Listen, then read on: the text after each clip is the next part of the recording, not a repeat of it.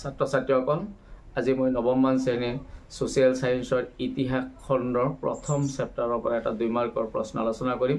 প্ৰশ্নটো তোমালোকৰ কাৰণে খুবই ইম্পৰ্টেন্ট হ'ব যেহেতু ক্লাছ টেষ্ট বা ইউনিট টেষ্ট হাফ ইয়াৰলি বা এনুৱেল প্ৰত্যেকটা পৰীক্ষাতে এই প্ৰশ্নটো অহাৰ খুবই সম্ভাৱনা থাকে। প্ৰশ্নটো হৈছে ভাৰত চৰকাৰৰ আইন কোনে কেতিয়া কি উদ্দেশ্যত প্ৰণয়ন কৰিছিল। এনসাৰটো আমি এনেকৈ দিম 1858 খ্ৰীষ্টাব্দৰ 2 আগষ্ট তাৰিখে ভাৰত চৰকাৰৰ আইন ব্ৰিটিছ সংসদ প্ৰণয়ন কৰিছিল। তাৰপিছত এই আইনে ইংলেণ্ড চৰকাৰক ভাৰতবৰ্ষক শাসন কৰাৰ পোনপটীয়া ক্ষমতা প্ৰদান কৰিছিল। মৰমৰ ছাত্ৰ ছাত্ৰীসকল তোমালোকৰ এনসাৰটো কেনেকুৱা লাগিল? যদি এনসাৰটো ভাল লাগিছে তেতিয়াহ'লে মোৰ এই ভিডিঅ'টো তোমালোকে লাইক কমেণ্ট আৰু শ্বেয়াৰ কৰিবলৈ নাপাহৰিবা। Thank U.